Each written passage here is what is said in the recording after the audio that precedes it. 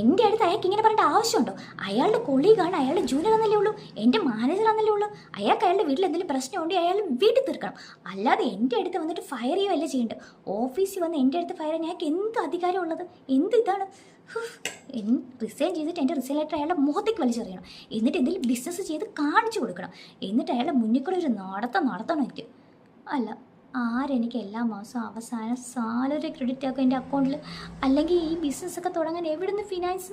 അല്ലെ എന്നെ ആര് ഹെൽപ്പ് ചെയ്യും? എനിക്കതിനുള്ള നോളജ് ഉണ്ടോ? ഓഹ്, ഈ ഒരു കൺഫ്യൂഷനിലാണോ നിങ്ങളിപ്പോൾ ഇരിക്കുന്നത്?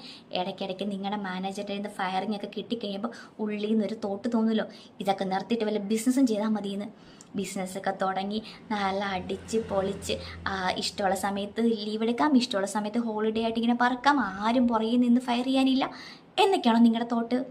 എന്നാൽ നിങ്ങൾക്കുള്ള ടിപ്പാണ്. ഞാനും ഈ 9 to 6 ജോലിയൊക്കെ ചെയ്തിട്ട് കുറേ വർഷം ജോലി ചെയ്തിട്ടാണ് ഈ ബിസിനസ്സിലേക്ക് ഇറങ്ങിയത്.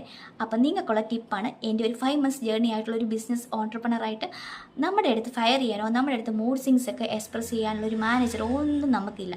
നമുക്ക് ഇഷ്ടമുള്ളപ്പം നമ്മുടെ ഷട്ടർ തുറക്കാം, ഇഷ്ടമുള്ളപ്പം നമുക്ക് ഷട്ടർ ക്ലോസ് ചെയ്യാം, നമുക്ക് ഇഷ്ടമുള്ളപ്പം നമുക്ക് ലീവ് എടുക്കാം, എവിടെ വേണേലും ഹോളിഡേ പോകാം എന്നൊക്കെയാണോ നിങ്ങൾ വിചാരിക്കുന്നത്? എന്നാൽ തെറ്റി. എന്തെങ്കിലും ഒരു ദിവസം എന്തെങ്കിലും ഒരു സാധനം വാങ്ങിക്കാൻ വേണ്ടി നമ്മൾ ടൗണിലേക്ക് ഇറങ്ങുന്ന സമയത്തായിരിക്കും അയ്യോ ഇന്ന് ഷോപ്പ് അവധിയാണോ, ഇന്ന് ഞാനിവിടെ വന്നിട്ടുണ്ടെന്ന് പറഞ്ഞുകൊണ്ട് വിളി വരുന്നത്.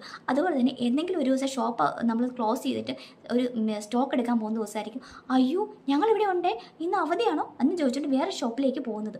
നമ്മളൊന്ന് ഷോപ്പ് അടയ്ക്കാൻ നോക്കിയിരിക്കും കസ്റ്റമേഴ്സ് വരെ. എന്നാൽ രാവിലെ തൊട്ട് വൈകുന്നേരം വരെ ഷോപ്പ് ഓപ്പൺ ചെയ്യുന്ന ദിവസം ചിലപ്പോൾ 1-2 കസ്റ്റമേഴ്സ് ആയിരിക്കും വരുന്നത്. ഇതൊക്കെയാണ് നമുക്ക് ആദ്യമായിട്ട് എക്സ്പീരിയൻസ് ചെയ്യാൻ പറ്റുന്നത്. അതുപോലെ തന്നെ നമുക്ക് ഫ്രീഡം എന്നൊരു സംഭവമുള്ളൂ, അത് അവിടെ കൊണ്ട് കട്ട്. ഒരു ഫംഗ്ഷന് പോകാൻ പറ്റത്തില്ല. എന്തിന്? ഒരു നല്ല ഫുഡ് കഴിക്കാൻ പുറത്തേക്കൊന്ന് ഇറങ്ങണമെങ്കിൽ രാത്രി 10 മണി കഴിയണം. നമ്മുടെ ഷോപ്പും ക്ലോസ് ചെയ്ത് എല്ലാം കഴിഞ്ഞ് ചെല്ലുമ്പോൾ ആ സമയവും.